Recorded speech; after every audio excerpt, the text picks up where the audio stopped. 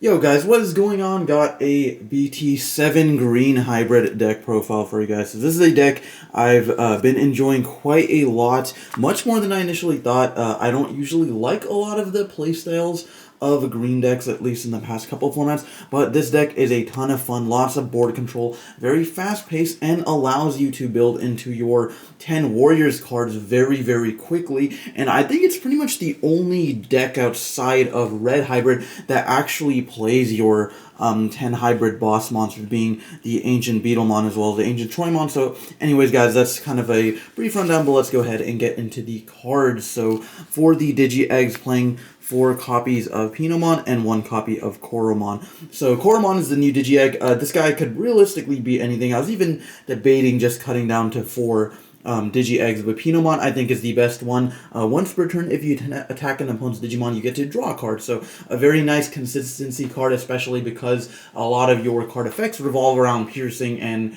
running over your opponent's Digimon in battle. And then Koromon's got kind of a cool effect where when attacking, you can reveal top card of your deck and place it at either the top or the bottom of your deck. So it helps a little bit with consistency there. But like I said, the main guy here is definitely Pinomon.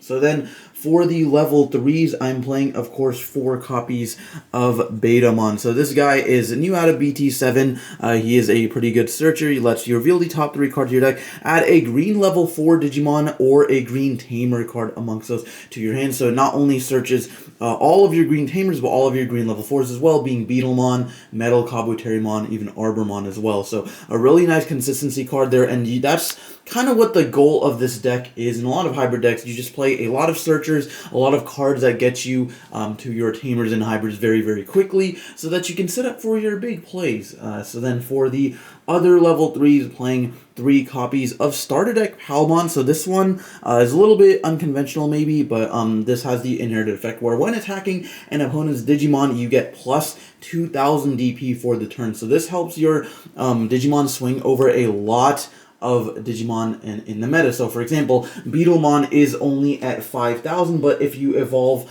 on top of Palmon, where you can still get the on-Digivolve effect, you get to put Beetlemon at a 7,000 threshold, which swings over every other hybrid at the level 4 range. And then I'm also playing Monochromon, the new vanilla out of BT7, who is 8,000. Palmon puts him up to 10,000, which is just absolutely gigantic for a level 4. So that's kind of the theory behind Palmon, but this could be swapped out with more or less any other like utility level 3. I think Betamon is probably essential, but Palmon you can definitely manipulate there. And then 3 copies of Terriermon. So Terriermon is a memory choker, which this format are just very essential against the mirror match, against every hybrid deck, against every deck playing Bokomon.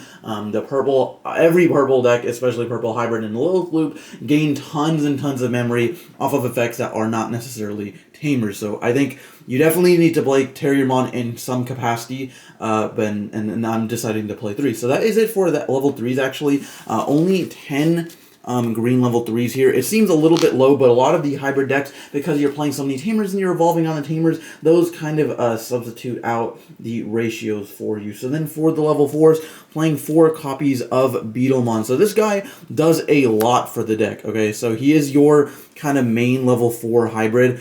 He is a 2 to evolve as well as a 2 to evolve on a Tamer. And then when Digivolving, you get to reveal the top 5 cards of your deck. You not only get to add any hybrid to your hand, but you also get to search a JP from amongst those cards to your hand. So it's really great for getting JP early on, and then searches basically any other hybrid in your deck, which is like half your deck, right? So Beetlemon is really good in a lot of senses, and of course JP, I'll get to how broken JP is, but he makes it so that basically every time you evolve into a hybrid on top of him, it costs 1 memory less. So Beetlemon, being able to evolve him for 1, get a really good on Digivolve effect is just absolutely crazy. So for the other level 4s, playing 4 copies of Metal Kabuterimon. So this is your kind of hard hitter. This is the Beast Spirit for the deck. So this guy can not only evolve onto a level 3 for a 3 cost, which you usually don't want to do. Sometimes you can evolve it for a 1 cost on top of a level 4, but also you can just slap it on Tamer for a 2 cost. And then when Digivolve, you can suspend something with 6,000 DP or less if it has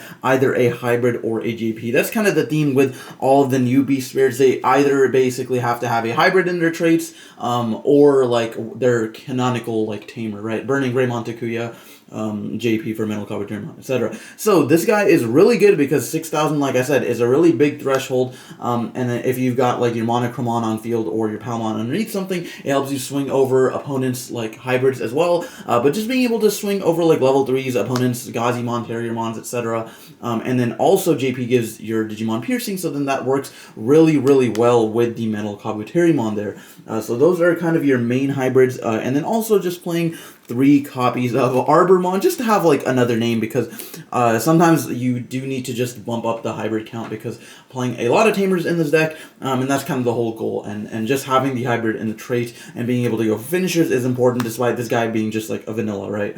And then for the other level 4s, just playing 2 copies of Monochromon. So this is the only like not hybrid level 4 in the deck, but he is a 2 evolve vanilla. He is 8,000 DP, which, like I said before, is a really, really big threshold. So a lot of times, if you just got like one of these guys chilling in your breeding area, you can Digivolve on top of it, because of course you can't evolve this on the Tamer, and then you could just bring it out, put a lot of pressure on your opponent. Even swinging security at times with this is like not even a bad idea, because it gets over most other level 5s in security, like Rihimon, Jet Silphimon. Those are all 7,000 DP Beowulf as well.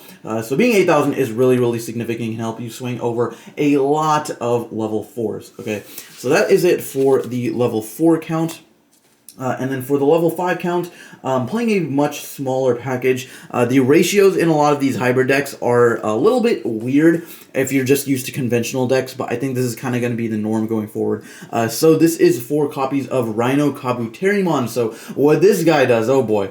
So all of the new hybrid, like fusion spirits, like the Aldemon and the Beowulf and the Rhino, they all have this stipulation where you can reduce this Digivolution cost by 2 if you're evolving onto a stack that has a Tamer in it. So most of the time you're evolving this for a 1 cost.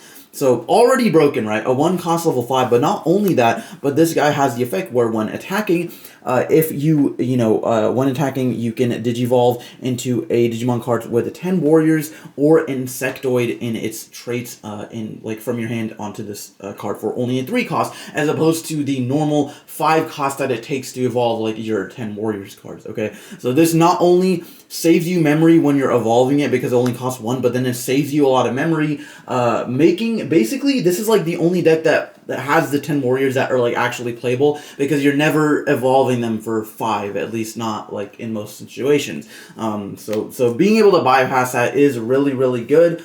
And then being able to go into your boss monsters very quickly is really nice. A lot of times, like if you just have like, let's say you start your turn at 3, and then you've got like a JP on the field, and then you can evolve this into like a Metal Kabuterimon for 1, and then evolve into a Rhino for 1, and then like swing and then evolve into your guy for 3. So it's just a lot of memory management, and it's like basically the best kind of like 1-stack deck. At least for like the hybrids in this format. And then for the other level 5s, just playing 1 copy of Argomon. So this could be an Argomon or a Blossomon. I just happen to have this on hand. But the main idea is just you need like another free evolution. This guy has the Digisorption effect, so you can just Digivolve him for free by suspending himself, or by suspending any other Digimon on your side of the field. It just helps you reduce the cost going into your Ancient Beetlemon or something. So like if you don't see a Rhino Kabuterimon and you've got this, you're effectively still saving yourself 3 memory by evolving this over whatever. And then even though if you have to evolve your Ancient Beetle or your Troymon for a cost of 5, that's okay, because this guy has got you. He's also got an inherited effect. It doesn't really come up that much since you're not really playing a lot of level 3s, but playing a Terriermon off of this or something might be kind of cool. But yeah, that is it for the level 5s. And then for the big boss monsters for the level 6s, playing 3 copies of Ancient Beetlemon and 2 copies of Ancient Troymon. Okay, so I've been kind of testing out these ratios for a while. Ancient Beetlemon is definitely the best one. I think he's a lot better than he initially seems. So this guy's got the effect where once per turn, when your Digimon with 10 warriors or hybrid and its traits deletes an opponent's Digimon in battle and survives, you get to trash the top card of your opponent's security. So it has that Starter Egg Metal Kabuterimon effect. Effectively, like, if this attacks into something and then they die, it, like, quote-unquote gets piercing by basically just checking 1 anyways by trashing that card. But it's better because you don't actually, like, trigger effects that happen in security. So it's really, really good for that reason. And then if you got JP underneath it, you can effectively check 2 because you can, like, attack, trash one, and then piercing goes through afterwards. So then you've got 2 checks with that. It's really, really powerful. And then, of course, it's not only limited to him. So if you swing over something with any of your other hybrids, you can trigger his effect too once per turn. But if you got multiple copies on the field, which is actually not even that hard to do, you can definitely trigger that more than once. Now, Ancient Troymon, I'm going back and forth on this card. I do think it's a really, really good card. It has this effect where not once per turn one of your opponent's Digimon attacks, you can suspend up to 2 of their other Digimon now. So that basically makes it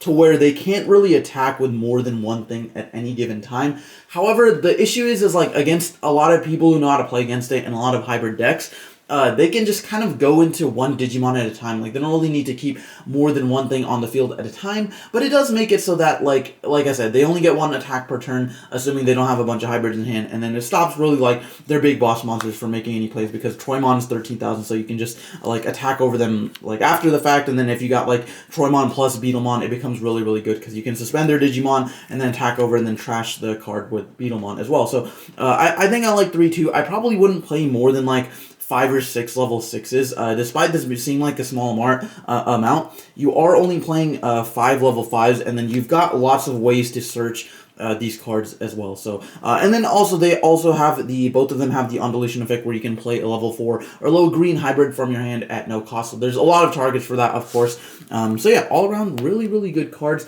And then for the last Digimon in this deck, which is pretty much a staple in like every hybrid deck, playing 4 copies of Pokemon. Guys, this card generates way too much advantage just off of a 3 cost. So, of course, the effect on play, you get to reveal the top 5 and add any 10 warriors or hybrid and a tamer. So it searches any one of your tamers, your green tamer tiers, as well as like basically the rest of this deck. It searches 10 warriors, it searches hybrid, it searches all of these guys. So you can basically fetch for any specific combo piece you need. And not only that, but then when one of your tamers digivolves, you get to gain 2 memory. So this is why I think Terriermon is so, and just the memory chokers are so essential, because they put a stop to this card, but that effect also stacks. So basically making all of your evolutions free. And then if you've got like 2 Pokemons, it makes it so that you go like +4. The cool thing about JP, since he does reduce the cost, if you like Digivolve into like a Beetlemon, you only pay 1, and then Pokemon gives you +2, so you actually go +1 memory instead of going even. But yeah, this guy is just so crazy in like every single hybrid deck. I don't think you can't not play him. And then for the green tamers and option cards, so playing 4 copies of JP Shibayama. So this card is really, really great for many reasons. So first of all, the fact that you can evolve into your hybrids for a reduced cost is just actually like crazy. This makes it to where you can hybrid finish your opponent. Like most decks, if you put them to 2, they can potentially like hybrid finish you once, but this deck can do it twice if you got multiple JPs on field. Being able to evolve a Metal Kabuterimon and a Beetlemon for a 1 cost, which are such valuable cards, like they generate so much advantage. They have Metal Kabuterimon as a big impact, and then not only that, but he has the inherited of piercing. So then you get piercing on every like stack that you have on him, and then like I said, if you've got the combo where you're going like Metal Kabuterimon or Beetlemon, and then you go into Rhino for a cost of 1, and then you can like swing, go into Ancient Beetlemon, and then now you've got piercing plus a trash, so that's already checking 2 essentially. So that's like a really, really nice combo you can do as well for very, very low memory. And then so JP just having like all those effects to go, he has a lot of good things going for him. So JP really, really great. And then for the other tamers, playing 3 copies of Mimi Tachikawa. Mimi, I do not need to explain how good this card is. And then this even further speeds up the deck, as if it wasn't fast enough already. Being able to, if you've got like your Rhino or Argomon on the field, or Ancient Beetlemon or something, you can suspend her, of course, to then bring out something in your breeding area, or hatch another egg, and then just continue your plays. And then being able to set yourself to 3 is very, very essential in this format, actually, especially against like yellow hybrid and other hybrid matchups where they can choke you pretty easily. This format is all about like not giving your opponent a lot of memory, because if you give them too much, they can just throw down like 4 hybrids on top of tamers and kill you in 1 turn. So Mimi really nice for the avoiding the memory choking, and I just wanted more Tamers in this deck. There's honestly not that many great green Tamers, but Izzy is really nice. So this card says when one of your opponent's Digimon becomes suspended, of course during your turn, you can suspend him to gain a memory. So it makes your Thunder Laser free. It makes it so that whenever you go into Metal Kabuterimon, that's like a +1 memory. So just a really nice card, and then just a 2-drop green rookie essentially, because if you evolve this, like if you evolve this into a Beetlemon or something, that can be really, really nice as well. And then for the last 4 cards in this deck, just playing your 4 copies of Thunder Laser. So this card says, if you have a Digimon with Hybrid or 10 Warriors, you can just suspend one of your opponent's Digimon. Security Effect, unfortunately, doesn't do anything. You just add it to hand, but it is a 1-cost Flower Cannon, especially. So this is really good, especially, like I said, in tandem with Izzy. But then just being able to, like, force your opponent's Digimon to be suspended, and then, like, swing over it with your guy, like, your big guys like Rhino or, like, a Beetlemon, just helping you push for damage and getting rid of your opponent's Digimon is really nice. Like, this card is just, I think you have to, like, max out at this card. It's really, really great. So, anyways, guys, that is going to do it for the list. So, guys, that is going to do it for the deck profile. Let me know what you think down in the comments of Green Hybrid. Like I said, it's a very, very fun deck, and actually very budget-friendly. This entire deck, basically, is just commons and rares. I don't think there's actually, like, I checked, there's, like, not even a single, like, super rare card in this whole deck. Mimi's probably like the only card that might cost you a couple bucks, but like I said, this deck is very cheap, which is kind of the same of a lot of the hybrid decks, and maybe not necessarily like yellow or red, but a lot of the decks are comprised of commons and rares, so that's a really, really cool thing about this format. So anyways, side note aside, this deck is really, really fun, and I would urge you guys to try it out. Let me know what you think of JP Agent Beetlemon down in the comments below. But anyways, guys, that's going to do it for this one. Thank you for watching, and we'll see you next time.